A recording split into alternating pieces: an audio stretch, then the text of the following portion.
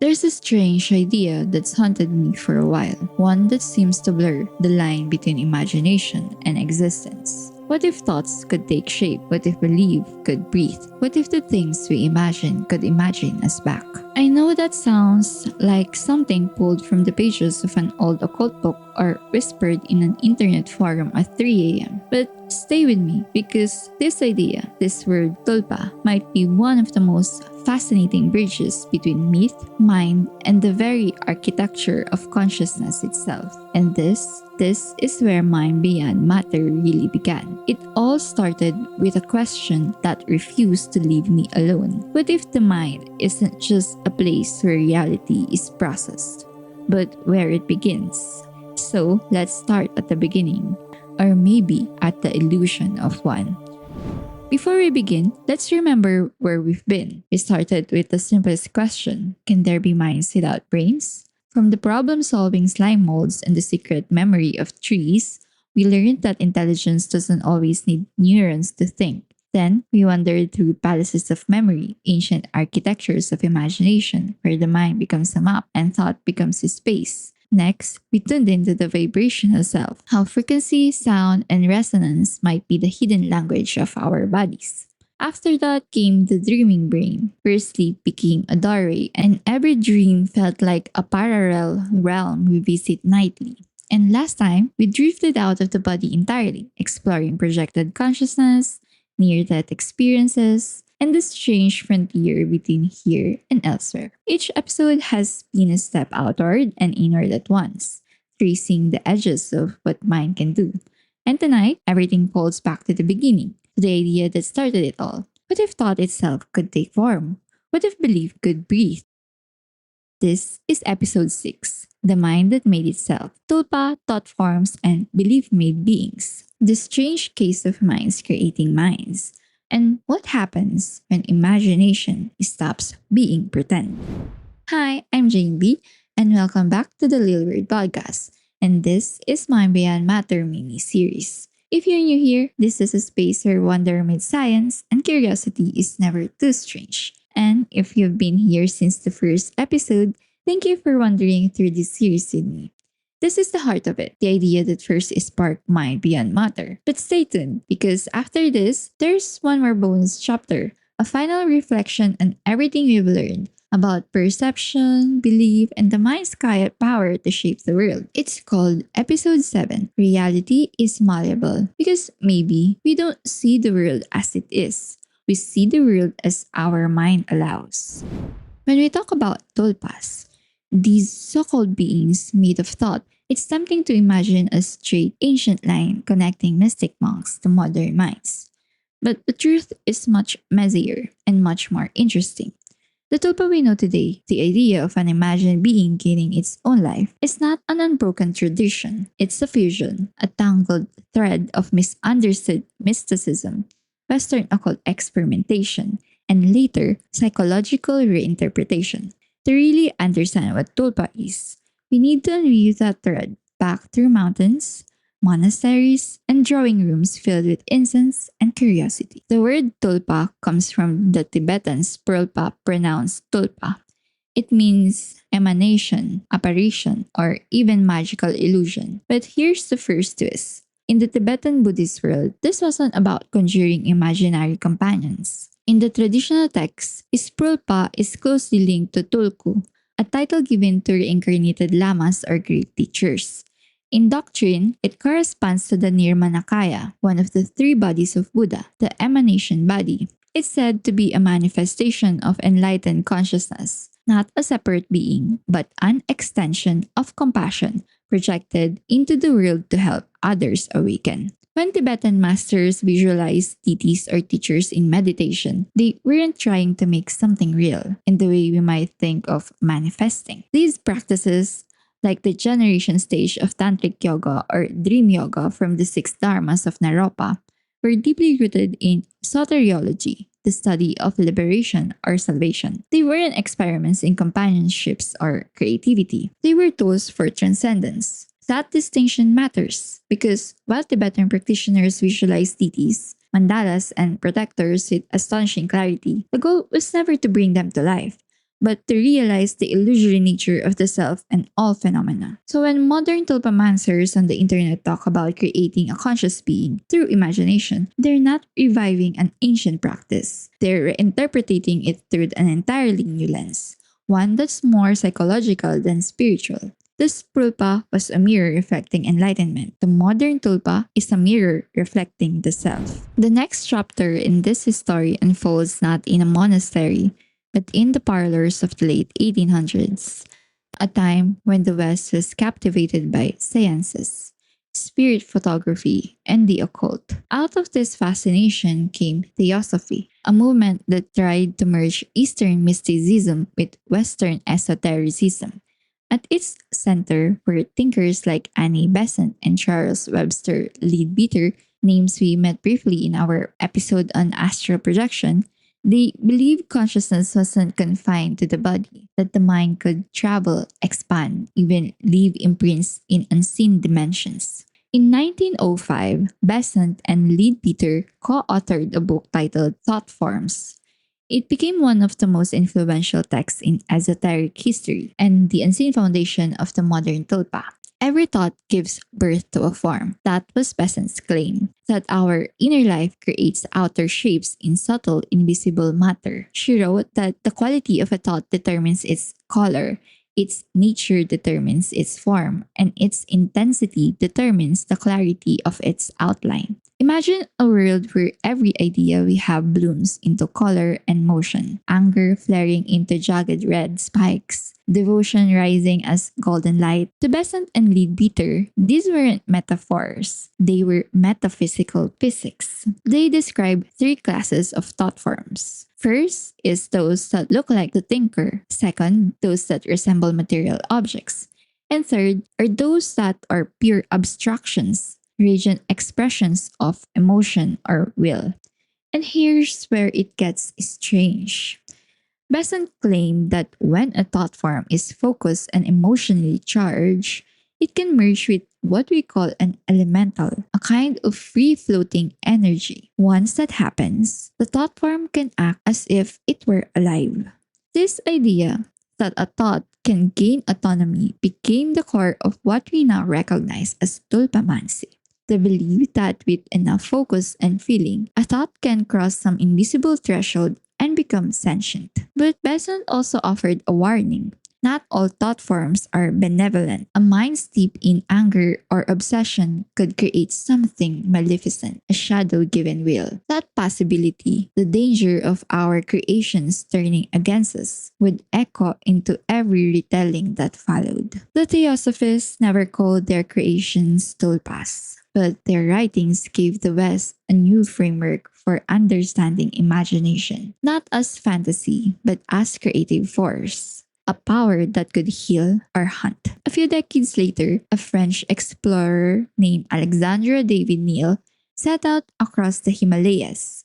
She wasn't just traveling, she was seeking. In her 1929 book Magic and Mystery in Tibet, she became the bridge between theosophical theory and popular imagination. David-Néel claimed she had done something extraordinary. Through months of disciplined concentration, she said she had created a tulpa, a small, round monk with a cheerful demeanor, like a Tibetan friar tuck. At first, he was obedient, friendly even, but over time, she noticed subtle changes. The monk grew thinner, darker, more willful. He began to appear without her summoning. David-Néel wrote that the being seemed to develop a mind of its own, a will independent from hers. Eventually, she had to dissolve it through meditation.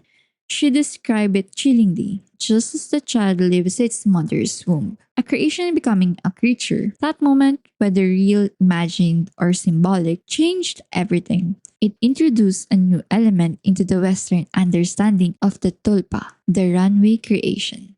A thought form gone rogue, a mind's reflection turning into shadow. If Besant and Leadbeater had laid the groundwork, David-Néel lit the spark that caught fire in public imagination. Her account, half travelogue, half confession, sped through Europe and beyond, inspiring writers, occultists, and later screenwriters.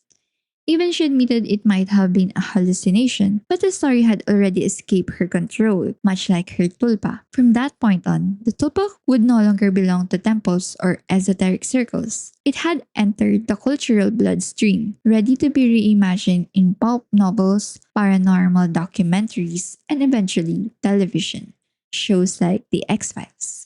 What began as a Buddhist concept of compassion, an emanation of enlightened mind, had now been reshaped into something else, a mirror of human imagination, tinged with both wonder and fear. The tulpa had become an idea about us, about what happens when our thoughts refuse to stay in our heads. If the tulpa began in monasteries and mystic salons, its newest chapter was written in the most unexpected temple of all, the internet. It's strange to think that an idea once whispered by Theosophists and travelers in the Himalayas will find its rebirth in message boards and online threads. But that's exactly what happened. In the wired world of the early 2000s, the tulpa became something new, not a relic of magic, but a psychological experiment, as a killer spell cast through screens. Somewhere between the late 1900s and early 2000s, the word tulpa resurfaced. This time in online forums like 4chan and later Reddit. The users who gathered there began calling themselves Tulpamancers, self-taught experimenters or consciousness. For them, tulpas weren't ghosts or spirits. They were real imaginary friends, created through deep focus, visualization, and dialogue. One of the earliest communities formed around an unexpected fandom, My Little Pony. Fans, often young adults, describe using meditation to create vivid companions modeled after the show's characters. At first glance, it sounded whimsical, a collision of cartoon nostalgia and metaphysics, but beneath it was something profoundly human, the desire for connection. The internet gave this practice a home, a space where people could share techniques, troubleshoot experiences, and write creation guides. And through this digital scaffolding, the tulpa evolved again from an esoteric phenomenon to a crowdsourced psychology. A 2014 survey captured just how far it had come. About 76.5% of practitioners believed tulpas could be explained neurologically or psychologically. Only 8.5% still leaned on metaphysical ideas. That's a complete inversion of its origins. What began as magic had been rebranded as mental technology. For the first time, the tulpa wasn't a mystical emanation or a cosmic accident. It was a mind hack, an experiment in consciousness engineered by ordinary people exploring extraordinary possibilities. Creating a tulpa isn't instantaneous. It's not about wishing something into being. It's about training, methodical, patient, almost devotional. Tulpamancers describe the process as taking months, sometimes years of daily work. Their center of practice is called forcing. It's the mental equivalent of sculpting clay. In active forcing, the practitioner visualizes every detail of the tulpa's form, their face, voice, even warmth. In passive forcing, they simply talk to it, narrating daily life, reading books aloud, imagining how the tulpa might respond. Over time, the conversations begin to feel real. The tulpa starts to think back. Creation guides are astonishingly detailed. Some read like cognitive manuals, visualize body temperature, texture of skin, posture, habits, even subtle expressions. The aim isn't to build a puppet, but a partner, a being with freedom of action, one that can surprise the creator with its responses.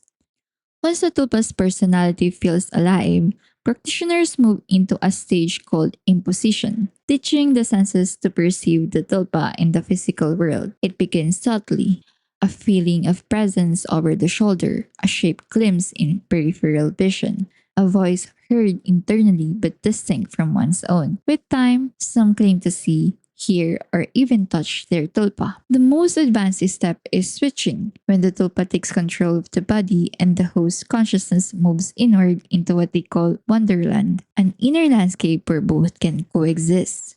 It sounds unbelievable, yet in many ways, it resembles a kind of a structured self-hypnosis, a deliberate rewiring of attention and identity. You could call it imagination made disciplined, or maybe identity made porous. Who are these people giving form to their thoughts? Surveys paint a surprising picture. Most Tulpamancers are young, urban, creative, often in their 20s, and many different as neurodivergent. A significant number report living with conditions like autism, ADHD, depression, or anxiety. For them, the tulpa isn't escapism, it's a lifeline. When asked why they began the practice, the most common answer wasn't curiosity or magic, it was companionship. Within the community, a deep sense of ethics has emerged, a kind of moral code for invisible beings. A tulpa is considered a real or somewhat real person. Guides emphasize respect, consent, and care. You don't make a tulpa for entertainment or out of boredom. You make one to share a mind. And when that connection fades, when a tulpamancer no longer wishes to continue, there's another rule. You don't destroy the tulpa. Ending their existence is seen as tulpa murder. Instead, many describe a symbolic act of peace, sending their creation to what they call a tulpa heaven wonderland, a place in the imagination where the tulpa can live freely, unbound from the host. It's poetic and strangely moving because even though the tulpa exists only within the mind, these communities treat them as if they were as real as anyone else, with dignity, emotions, and autonomy. In a way, they've built an entire ethical framework around something that science would call a mental construct. They've created a kind of social reality for an inner phenomenon. Let's take everything we've learned about tulpas, the real thought forms, the mind-made beings, and magnify it. What if a tulpa wasn't just the creation of one person? What if many people, thinking and believing together, could give life to something far bigger? That's what the concept of egregore is all about. An egregore is described as a kind of psychic entity or group mind born out of the collective thoughts, emotions, and beliefs of a group.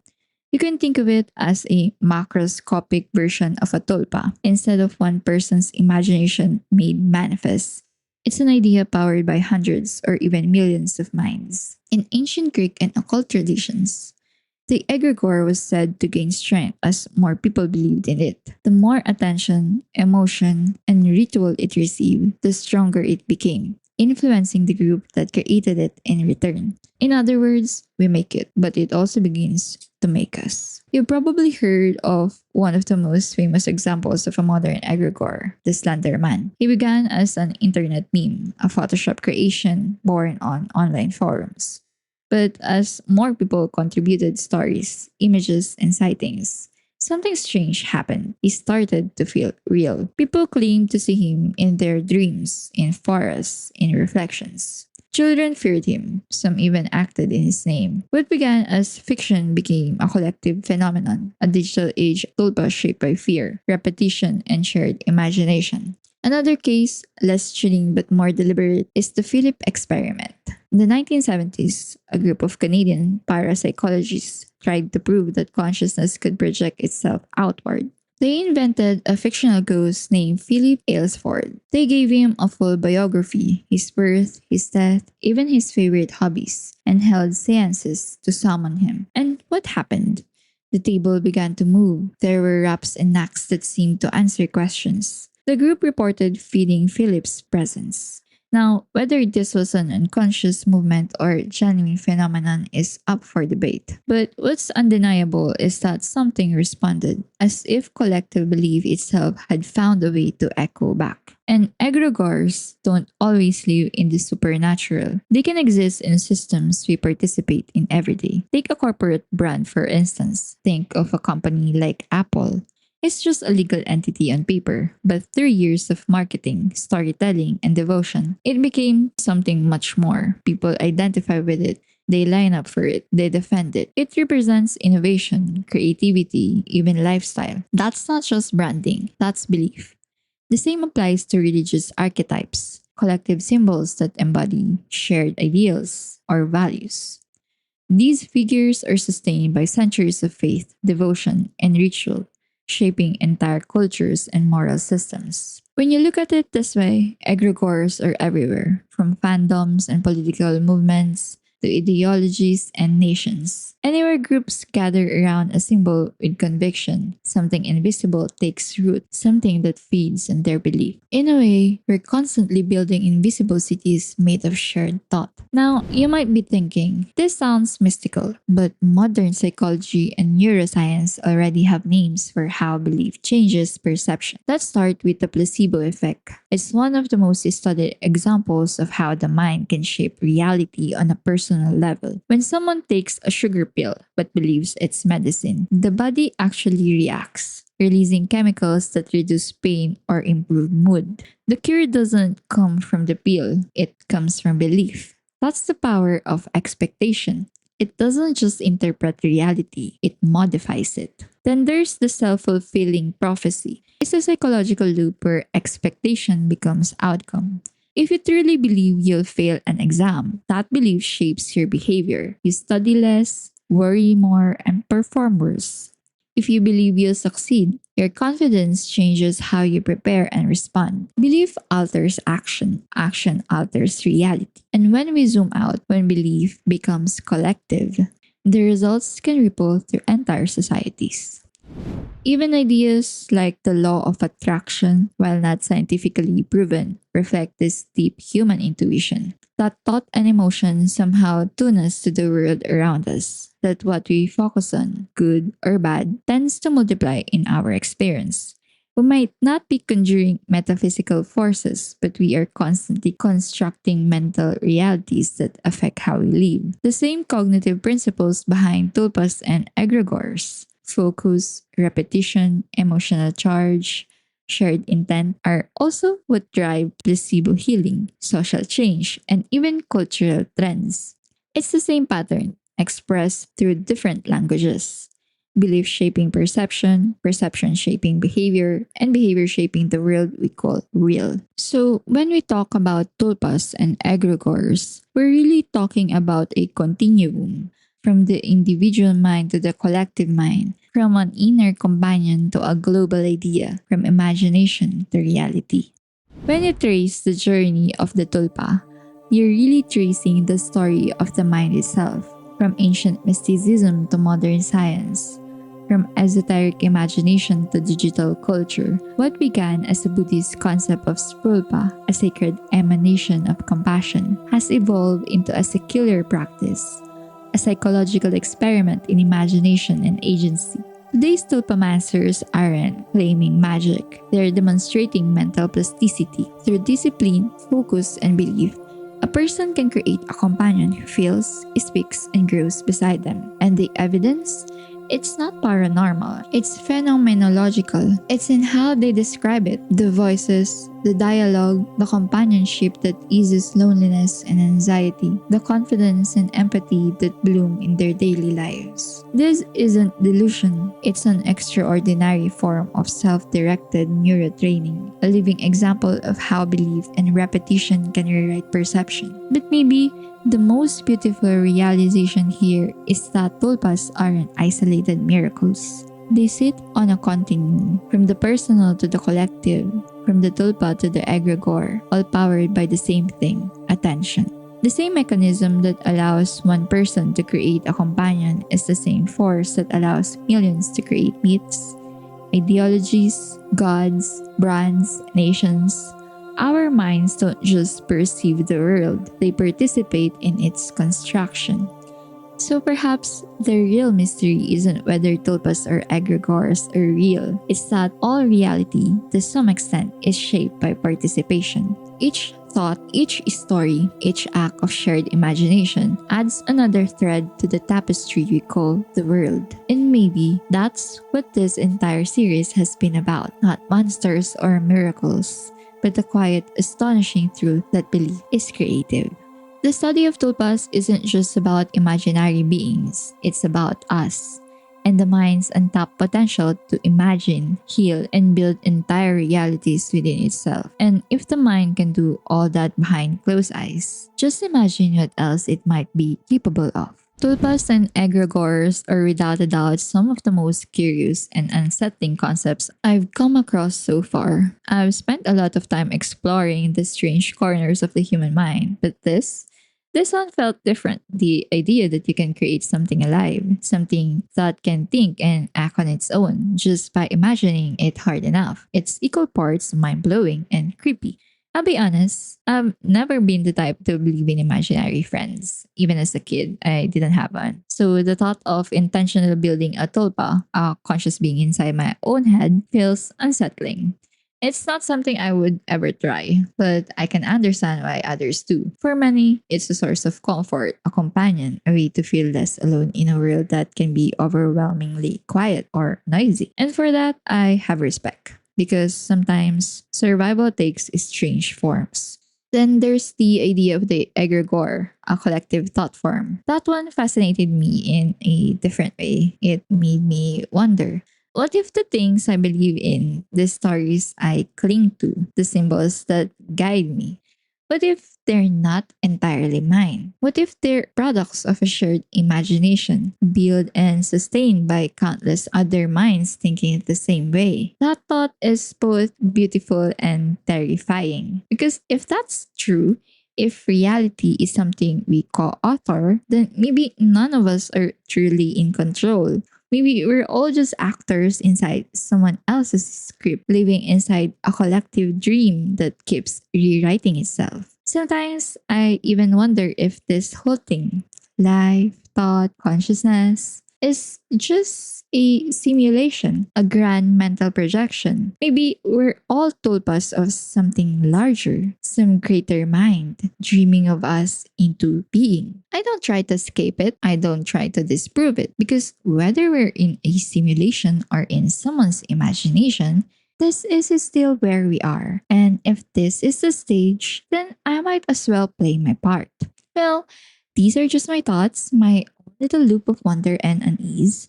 But next episode, we'll take that question further. If our beliefs can shape what we see, then how much of what we call reality is actually real? Can we bend it, rewrite it? Is reality itself malleable? And that wraps up this episode of Lil Weird Mind Beyond Matter.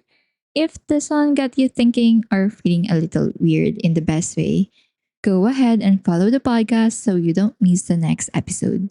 You can also find me on Instagram at lilweird_universe. And if you'd like to support the show or grab some curious little digital treats, you can visit my coffee page at coffee.com/lilweirduniverse. Everything helps keep the curiosity alive and the stories flowing. Somewhere between imagination and existence lies the space where belief turns into being. And if we can create minds from thought, who's to say we're not someone else's thought too? Stay curious, stay unreal in the best way. Thanks for listening.